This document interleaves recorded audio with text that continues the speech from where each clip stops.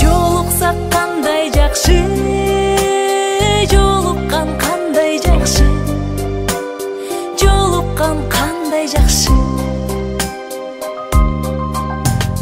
Сагынган жүрөк менен, эң жакшы тилек менен, кучактап бекем кызы. Чыгарайын, мындай деген сөз бар да, доброжелательная беседа дейт. Жакшы ачык маңай менен, жашкалоо менен баарлашады. Мен 5 квадрат формуласы деген менен иштеп эме кылайын. Анын мааниси умный молчит деген орустардын бир макалы бар. Муну мага окшогон адам мага болчабат экен деп бакылдап сүйлөп отургандар дагы бир аз чылайып кетсе керек да деп ошентип отурбай диалог болсун. Мен 5 мүнөт 7 мүнөт сүйлөгөндөн кийин мен эле сүйлөбөйм, кезекти силерге берейин. Силер мен айтканым ушундай бир жакшы пункт коюп ыхлас менен угуңуздардагы мен айткан маселелер боюнча өзүңөрдүн көз карашыңарды, оюңарды, сунушуңарды, сурооңарды берип Африкада бар. Өзү математиканы иштей албайт, өзү орус тилин сүйлөй албайт, өзү физик иштей албайт. Мындай мугалим каякта экен? Африкада, вообще Кыргызстанда мындай мугалим. Кыргызстан күндө өсүп кетип барат. Düşündüler da, keregen, düşündüler da, muhallimler okuydu. Biz okusak, bakın hazırlıkı baba kitap okuyun, diye ayıt öyle, tamam mı? Hazır, bu muhallimler kitap okuyun, bakar kitap okuyun. Muhallimler okuydu, hazırlıkı direktörler bana okuyup kitap okuyun, muhallimler okuyun. Hazırlıkı direktörler, oşandı bunların kitap öyle. Hazırlıkı balga kitap okuş için müdahale edesi okuş gerek. Үй бүлөлүк китепкана болуш керек. Эң баштысы мугалим профессионализм кесип бөлүктүн туу чокусуна чыгыш керек. Өз предметини көзүнү байлап койсо дагы иштей турган болуш керек. Азыр андай Африкада өтө аз болуп кеткен. Чукул курулуш жасаш керек.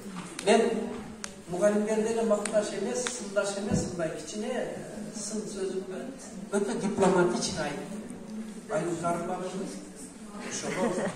Ушун жетишти. Акыркы сөз.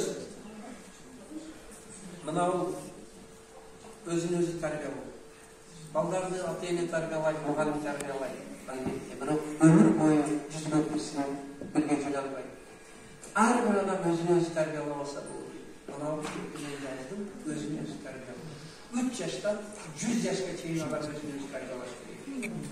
Быкылдарды 20-30-40 барса, мындай бул адамды таштап десе, мени тарбиялап не ойлойсуң? Күйөөгө айтат көбүнчө аял. Менин болгонум ушул.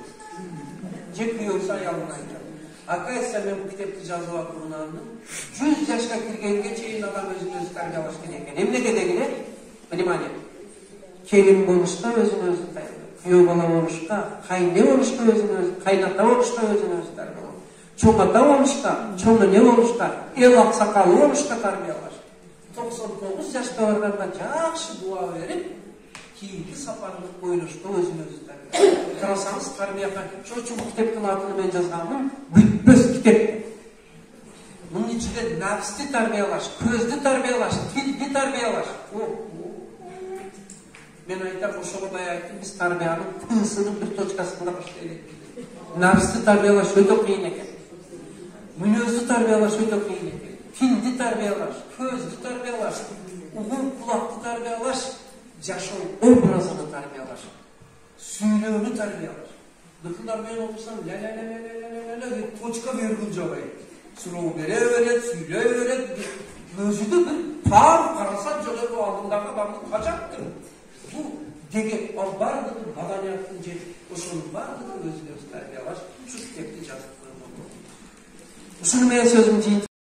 5 Салтанат эжеке Талас облустук билим берүү бөлүмүнүн суучусу Салтанат эжекеге дагы бир жолу кол чапкылчу. Талас областына эмелен бетинин жайылышына өзүнүн өтө зор табыш кошкон инсан. Саламатсыздарбы, урматтуу бул жерде отурган жалпы ата-энелер, мугалимдер, бүгүнкү майрамыңыздар куттуу болсун. Майрам катары кабыл алыңыздар. Анткени 2-3 күндөн бери агайдын жанында жүрсөм да бул жака алып келиш мага да оңойго турган жок. Агайдын графиги абдан тыгыз. Бул жердеги биз менен чогуу жүргөн лидер эжекелер билесиздер. Анан ошон үчүн буну жакшылап кабыл алып, биздин айылга түшкөн кут жана бүгүнкү майрам деп дагы өзүңүздөргө белгилеп койсоңуздар болот. Андан кийин энелер мектебинин программасынан токтолоюм. 5-класста энелер мектебинин биринчи темасы 12-13 жаштагы балдардын жаш өзгөчөлүгү жана алардын тарбиялоонун методдору.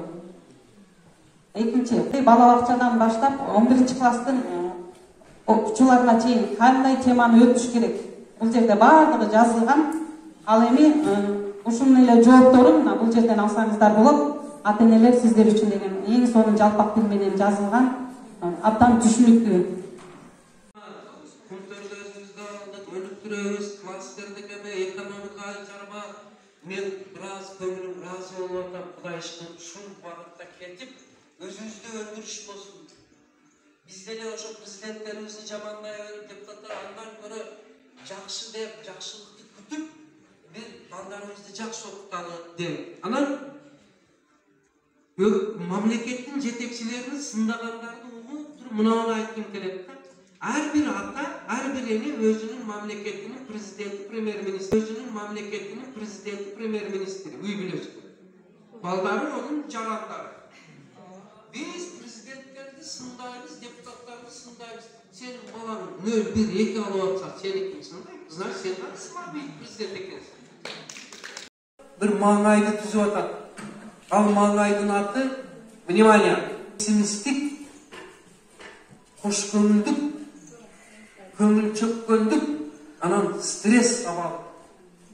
Адымбай, балпайып, Кудайга шүгүр, мана баары жакшылап деп төрагага окшоп отурган адамды аз көрөсүң. Төрагалар бир маунт отурат. Жакшы сапатта, баарыга шүгүр. Азыр мына көчөдө, остановкада, койдо, жолдо, талаада кимди көрсөң, чекеси кырышкан, көрүнгөн менен урушкан, айтышкан, бакырышкан, жөн эле турса дагы нервасы ойлоп турат. Бул мен айтканым жалпы коомдук абал ушундай оор кыдалга келип калды. Эми жакшы азыр мына президенттерибиз, өкмөтүбүз мугалимдердин айлыгын ашырып, медработниктер, соц тармакты жакшы кылабыз, өнүктүрөбүз деп атат. Кудай иш кылып ошо жакшы ниеттер ишке ашсын, элибизге жумуш табылсын. Ата-эне балдарын таштап Россияга кетпесин, эмигрант болуп, эң башкысы тынч аманчылык болсун, ден соолук болсун.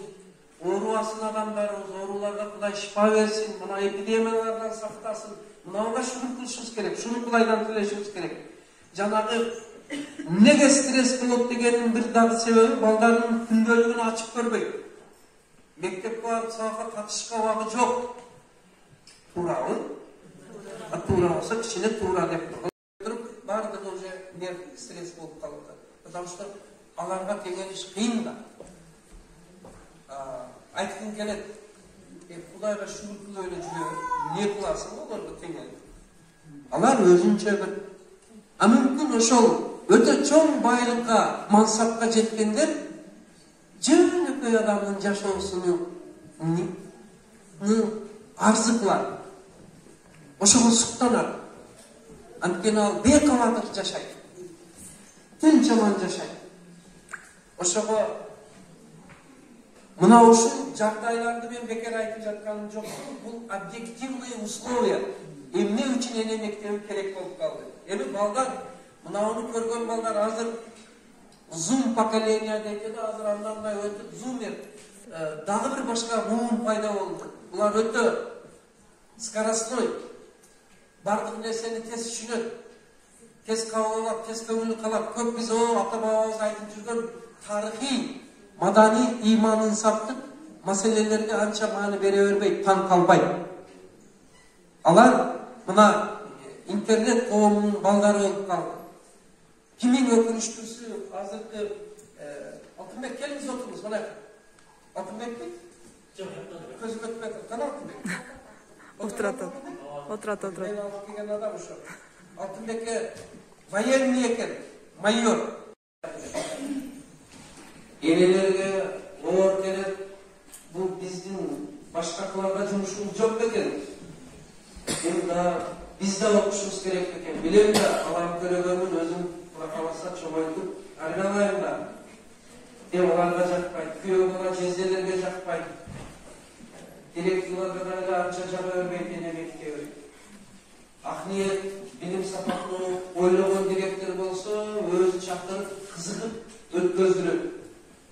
Әлемі қайдығыр ептеп креслоға жауышып отырған директор болса, андай таласта жоқ, андай директор Африкаға бар келіп шандай. Алар жақтырбайды, мұндай нәрселерді. Класс жетекші мұғалімдерге деле көбірек жаба өрмейді, бізге ашықша дейшік болады екен. Енді мен ошоның заңындығы эмнеде екенін айтайын. Ура! Ата енебиз, ата бабаларыбыз, эне мектебибиз эле бизди тарбиялаган экен. Бирок ал убакта мынау жок эле да. Урабы? Мынау жок эле. Телевидение жок эле. Тез информация жок эле.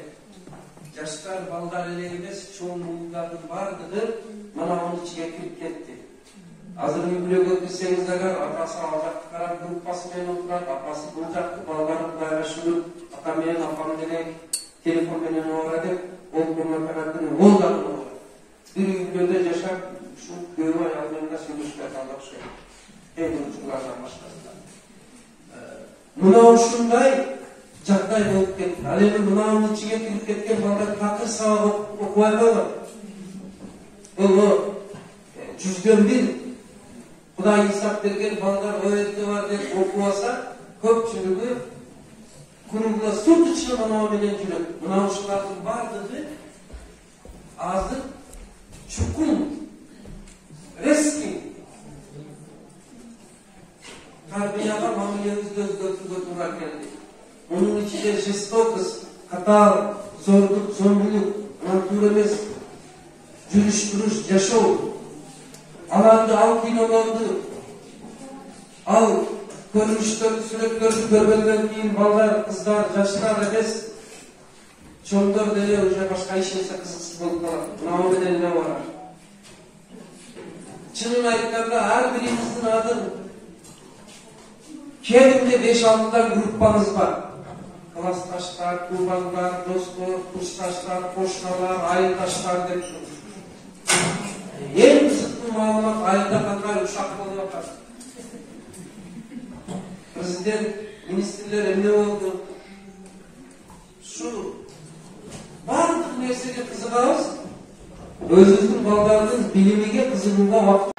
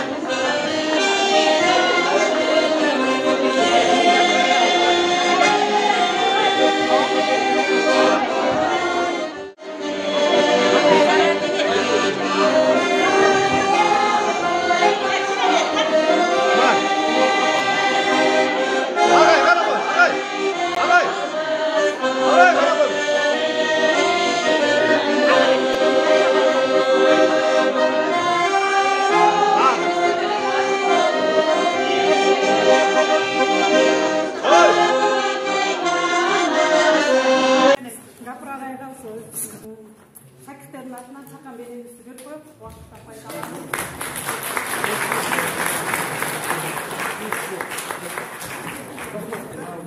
Рахмат агай, кут болсун.